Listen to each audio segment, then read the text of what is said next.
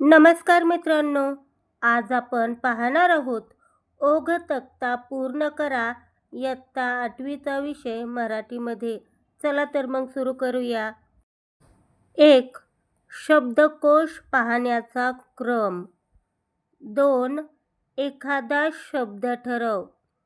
3. अक्षरानुसार शब्दांचा वर्णक्रम निश्चित करणे. 4. आकार विल्हे क्रम समजून घेणे.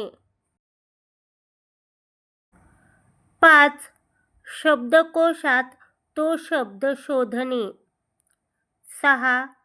शब्दांच्या विविध अर्थछटा लक्षात घेणे. 7. योग्य अर्थाची निवड करून शब्दाचा वापर करणे. धन्यवाद.